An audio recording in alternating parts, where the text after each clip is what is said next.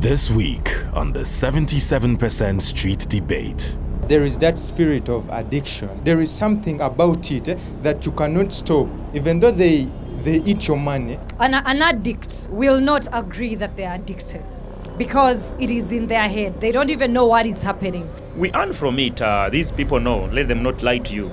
Every week, we have someone who wins over $100,000. Those people who bet are sinners. They are immoral, indisciplined, they don't have jobs. I don't think betting is a crime, and I don't see it as immoral. So does your mom know you bet, for example? No, she doesn't know. Hi, Mom. If I put my 400,000 shillings, Sevilla beaten Barcelona, I lost the tuition, my money was eaten. I didn't continue with studies. Of course, we cannot all be lucky. If we all be rich, no one will work for the other one. We cannot all be okay.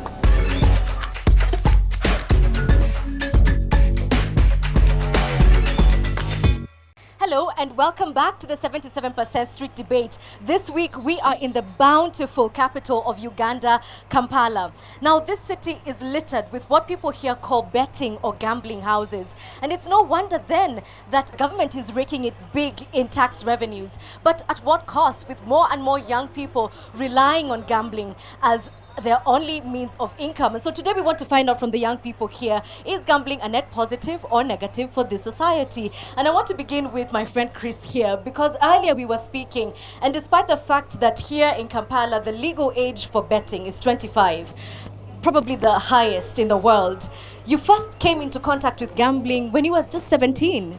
Do you remember that first time? I betted. I remember I tried it and it went. Do you want to know how it went? Yes, please. Going back to school, so that's when I was given a tuition, to pay school fees at school, and then that's when Barcelona was going to play Sevilla. So I said, if I put my 400,000 shillings, I'm gonna get $1 million, So I tried. I put my money.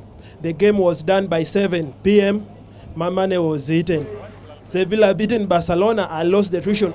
So what I did, I had to continue up to school. I went to school, then I stayed for 1 week. Then when I started sending students back home, those who had not paid, so I was confused. So I had to go back home. The parents knew I was in a good condition at school, but nothing was right by then. So what I had to do, I just went. Then I had my flat TV. That's 42-inch LG at home. So I had to sell silently. Right, so when I saw my TV, I wanted to recover back the other money so that I can pay back. So the school fees. Yeah, another stupid thing I did. Again, I said, okay, this 300 I've got, maybe I can double, get on it. So let me again I get maybe 700. I went, there's a certain team in the Premier League called the Swansea, that team.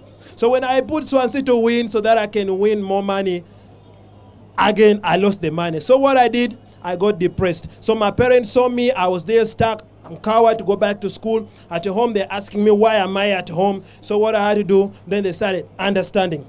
They said, this kid here might have put the tuition money on what? On the betting. I didn't continue with studies. Wow. Yeah, so that's how I became stubborn, and I was a little bit coward, I was a little bit coward of going back to betting. And today, as we speak, this is a couple of years ago, about 9 years ago. Yeah. Are you still betting and placing bets? I'm very furious, and I understanding now. I know what to do. I can't just go to betting anyhow like that, because if I remember what happened with me, and now my understanding right now, if I do betting, if I don't lie to you, I just do for fun. Yeah, I just do for fun. Okay, so let me speak to Rebecca here for a second, because you're not quite a seasoned bettor as Chris is. Tell me a little bit about your relationship with sports betting and how you got introduced to it. I was just influenced by a friend to go in for betting because he's a good bettor actually. He's addicted. Yeah, so he's the one who influenced me because of the impact he had. Like, he's always having these games, he's winning. So he just told me one time, but I think you need the money, you can get the money. So I asked him how. He just told me we can't bet. I actually gave him 3K. Yeah, 3,000. That's what it is. That was my first stake. He helped me because by then I was very young, so my parents were not allowing me to use a phone, so I used his phone. So actually he didn't tell me he placed the bets on different teams. He didn't tell me the teams though. He just brought the money to me after then. He told me that we won. So I'm like, okay. So you said that the person who introduced you, you added he's addicted to gambling, by the way. Weren't you worried that the person introducing you to this was already hooked to it? No, I was not worried because he's my friend. So I'm like, anything that he brings on table is, we are good to go. Okay, so let me speak to Brian here for a second because we're hearing different reasons why people go into betting, right? Oh, I have friends around, they do betting. So we are somewhere, we are watching the match, and Arsenal has won, and they have the money and they are happy, and I'm like, why am I even watching without gaining from it? I should be gaining something. So I went for it. So I've been betting since then, but you put there what you can afford to lose. All right, so he says place a wager that you can afford to lose. Put money that you're willing to say goodbye to. I want to hear from the rest of the people here. How many of you are actively betting or have ever placed a bet or have participated in some form of online betting? Let's see, by show of hands. Yeah? Okay, let me hear from the gentleman here. What's your experience been like? Are you currently betting or you used to? There is that spirit of addiction that I think is about the youth, that they are expectant that, because most of the betting companies, they begin at a lower wage, that 500, 1,000. Now the youth have that eager in them that when I put this 1,000, I can get like 20 million within a minute or a second. So that is the spirit of, there is something about it that you cannot stop. Even though they eat your money, there is that spirit that will tell you, I need to get more. So that's the experience which I am into. Okay, so you're calling it a spirit that tells you I have to. Do you think that's addiction? I think it's addiction, yeah. Okay. Yeah. All right. Let me hear from you, Catherine, because I know that you're actually actively involved in the industry. You work for a betting agency and you're also betting. So what's your experience? I see people coming to collect their money. So I be there like, wow, why not me? Now there is someone who, he staked 200 shillings. Then he won 100 M. Then the bad part of it, it's like when you get that money, you'll be like, let me put it back. Then I double or I triple. That is that you end up losing. Okay, so what Catherine is describing is very familiar to over 50% of the youth in this country who were actually polled by Geopol in 2021, and that's the number of people who said that they were actively betting. Now, this number might come as a surprise to many people, but would you say that there's a problem? Because betting on its own, it's a pastime, it's existed for millennia, but why are we talking about it here in Uganda, Hakim?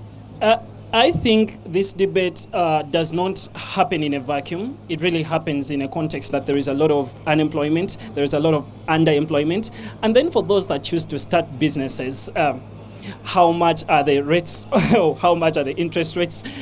Even when the CBR is lowered down, you'll find that the interest rates or the rate at which they get money to start businesses is about 18%. What is the rate of return? A list of the region, less than 10%. It means that even the businesses that are started do not actually live longer to see their first birthday. So that is the context under which we are speaking. Yeah, but understanding that as I do, failed businesses, people not being employed, but how did we get to a point where gambling is a reliable source of income? And I say that knowing it's very ironic. It does become certainly, and the other was just to imply that people do not just bet because of push factors. They are also pull factors, just as the ones that she has mentioned, that you can just put your money somewhere and then get to have quite a lot of it at the end of the day. So it does really become a big deal to the extent that someone can be able to inject the minimal amount of money and they can get the worst or exorbitant amount of money that there is for them to get back. Okay, so let me talk to somebody who said they would never actually bet because they are so fearful they might fall into an addiction. Patricia, talk to me. Actually, whenever I'm poor, let me say when I'm poor and I don't have any money, I think about betting. But then I remember the addiction part of it and I'm like, I'll get addicted and then invest in my tuition. That's my greatest fear. And then in Uganda today, those people who bet are seen as they are immoral, indisciplined, they don't have jobs. So I think about that part, my character, and then I just leave betting. Okay, but Patricia, are they really seen as immoral? Because when I look around us here, I'm seeing so many adverts for betting. When I listen to the radio, you're just being told bet, bet, bet. I'm seeing your personalities are advertising it on social media. Is it really frowned upon? They do advertise, but in our societies, people see betting as an immoral thing. They see it as a bad thing. They consider those people who bet to be thieves, actually, yes. Because remember, you invest in your money, let me say you invest in like 1 million, you're going to lose. And then the other option you have to go and steal and then get the money. Because most people who bet, because I have friends who bet, they don't work. You have to just beg for someone to give you like 1K, you go and invest. So people who bet are seen as immoral, indisciplined, they are unemployed. Okay, yeah. Let me speak to the bettors here. You've been called indisciplined, unemployed, unethical to some degree. Is this true? No, it's not. And by the way, would you agree that the acceptability is really not there? Actually, I don't think betting is a crime, and I don't see it as immoral. Since she gave the reasons too, because of our societies. We are African, our parents are African parents, ATS. So obviously, if she starts hearing that I'm betting, that I went for betting, she'll obviously see that as a crime. Me, I won't see that as a crime because first of all, I'll be like, oh, it's my small money. I'm the one who has invested my money and I'm earning something. Though if I explain to her still, she won't understand because she's used to the African lifestyle. Okay, so does your mom know you bet, for example? No, she doesn't know. Hi, Mom. So why do you think you kept it from her? Is it this sense of shame attached to your sense of morals? Yeah, that's part of it. Then also, I think she'll bring up the option of, since you have that small money, you get that small money, why don't you just save that money instead of trying to multiply the money? But personally, I can't save that small money. I want to save big, so I want to multiply that money and save that big. Okay, so let me come back to you, Patricia, because you spoke about the fear of addiction. Do you have friends who are addicted to gambling? Of course, I do have them. The problem with gambling, when you try today, you try the second time, the third time, you get addicted and you always want to bet. Any little money you get, you always want to invest in. So that's the problem with betting, addiction. So that's my greatest fear. Because my parents always give me the tuition to take it to the bank. So I'm like, what if they give me that tuition and I take it for betting? So that's my greatest fear. That's why I was like, let me leave it. So it always comes back when I'm poor. And I'm like, the addiction part of it, and I leave it. Okay, so speaking of addiction, we actually have a child therapist with us here today, Linda. So perhaps you can explain to us what exactly is happening to our brains when you're betting, when you're getting that win. What is happening? I'm so glad we heard from a gentleman. I think he was telling us, yes, I think he was telling us exactly how he feels. He called it something that takes him over. Yeah. And that is called addiction. I'll break it down as much as I can. Our brains are full of neurotransmitters, or I'll call that chemicals, but I'm going to talk about dopamine. Dopamine is a feel-good hormone. It makes you feel good.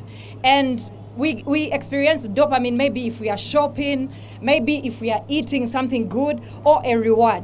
And you will be surprised that dopamine, the anticipation of a win, and even when you lose, it's still the same feeling. It changes your mind, the way you think. It changes the composition of your mind. So eventually, the anticipation is that feeling you want to feel over and over and over again. So the dopamine system is rewarding the anticipation, not the winning or the losing. So yes. Play, win or lose, so long as you're in that spirit, you're getting the hit. Exactly. Based on what you're saying, it sounds to me like there should be a lot of education going into it before people get into gambling or betting. Is there any such thing provided by, say, the gaming board, which regulates the industry? Of course, they cannot go against themselves. What I really want young people to know is that these people have studied the human mind and how it works. And pretty much it's them giving you like those wins that he was talking about to hook you up. And after you're hooked, they take over your mind. It's like a hostile takeover. I find it very, very unfortunate because if I'm going to bet under an addiction, I'm doing something without my conscience, my full conscience. So it's like stealing from me. That's how I look at it. Let me ask Ronald, because he actively encourages people to bet. You work with an agency. I think you do a lot of advertisements in the media. Do you feel like it's your responsibility to do this, and do you actually do that? Yeah, first of all, I want to talk about the best side of betting and what we need to know. I'm an ambassador of one betting companies around, one of the betting companies. We earn from it. These people know. Let them not lie to you. Every week, we have someone who wins over $100,000 in Uganda. That is around 800 millions. We have seen, a couple of youths who don't earn anything, but they have earned money from betting. The biggest percentage of the youth, I can tell you, the highest money they have only got directly, it is from betting. I agree, but this is one of how many, Of course, we cannot all be lucky. You will go to school 100 students and only 2 will pass. That is not criminal. You need to understand that we cannot all be okay.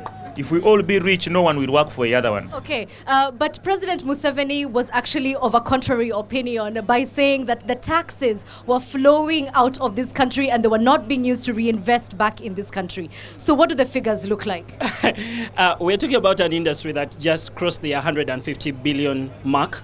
That is about $36 million or about 35 million euros. So that is some huge money. And the prospects, according to the National Gaming and Regulatory Board, look good. They aim to reach about 300 billion shillings in this particular financial year. So the figures really look good, you want to think.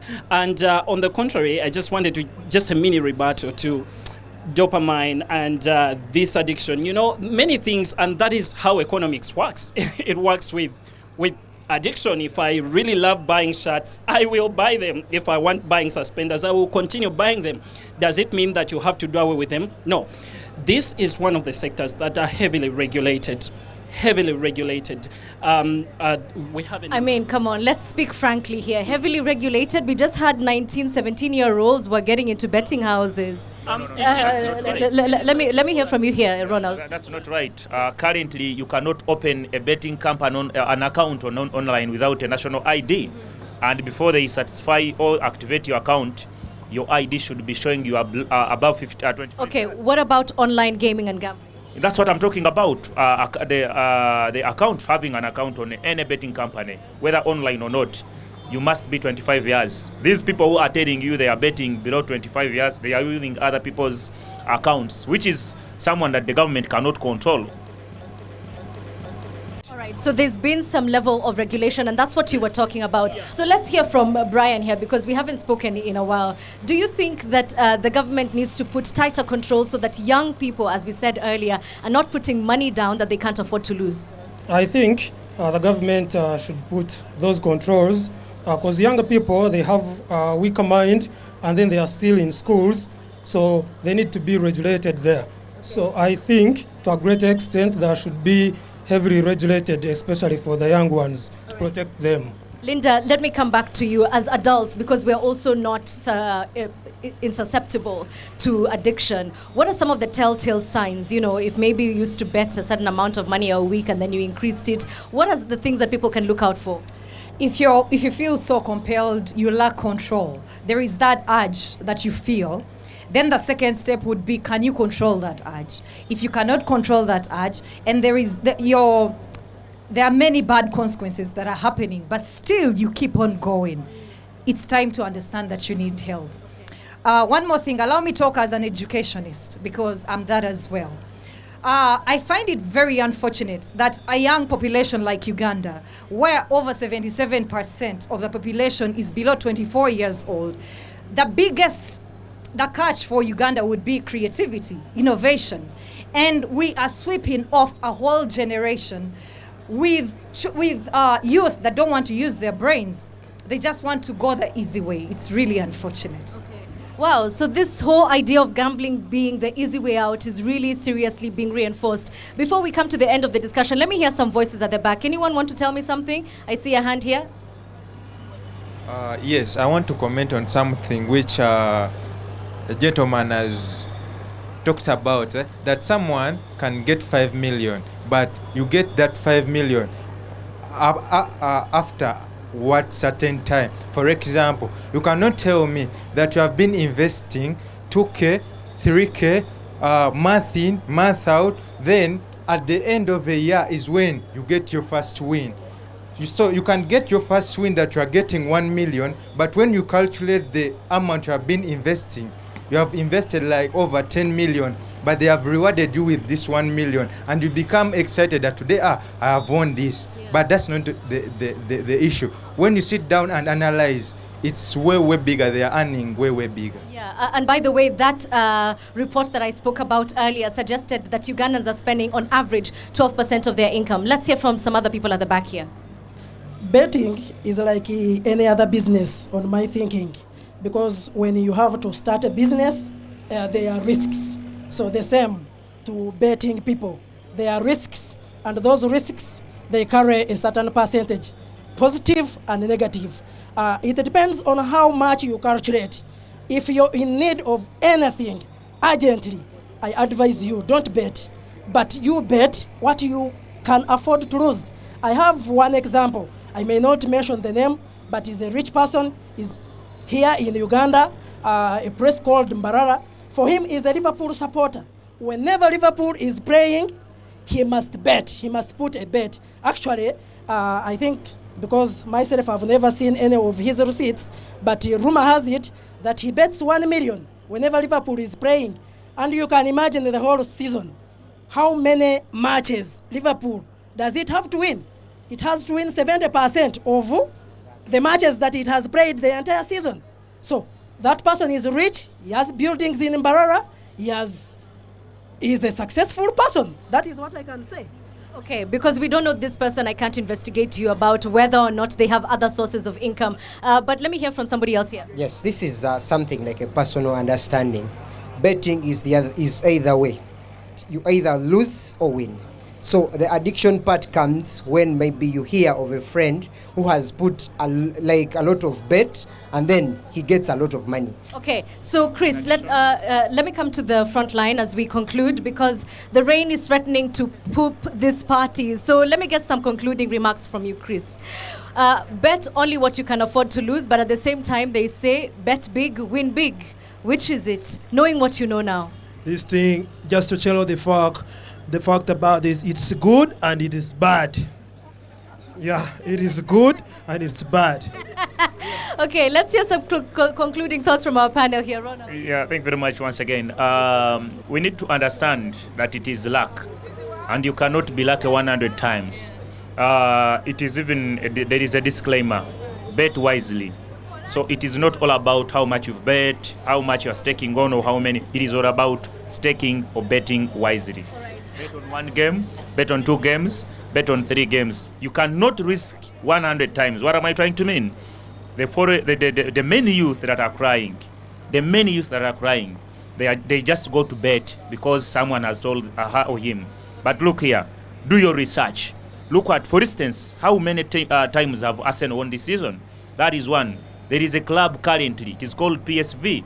They are yet to lose a game in the entire season. Please don't give people betting tips on the... I'm not doing that. But I want to tell the world that betting is not bad. It is never bad. For us who do it, we do it poorly. The people who do it in a keen way, they have made money. And I can assure you, we are still going to make money mpaka kuwulira bubi in the language in Uganda. Okay. Let me hear from the two of you. Please make it quick. Okay, I know for a fact, much as the regulations are there, we really have a big problem when it comes to implementation. That is why you hear that funny joke around that good policies are mooted and written in Uganda, tried in Nairobi, and perfected in Kigali. We don't want that. Regulate the sector, let the sector players put their house in order to ensure that you can continue serving the good side and ensuring that you can minimize on the adverse effects of the bad side. All right. Catherine. Yes, for me, I want to tell you about the funny thing about we bettors. For us, when you lose, you don't, like when you had staked like 1,000, you don't mind about that money. You mind about the money you were going to get. Like when you lose, you'll be thinking that, I was going to win 1M, so let me put back, I get that money. That is the funny thing about betting. Okay, so let me conclude with you because I think it's important to just ground this back to reality. I think what Ronald said is right. Betting in this country is very much legal. There are regulations about it, but there's a risk, especially when it comes to addiction. So closing thoughts. Well, an addict will not agree that they are addicted because it is in their head. They don't even know what is happening. But I also believe that some of these problems can be solved from the realm of knowledge. Science is telling you exactly what is happening to your mind. Your mind is being taken over, literally.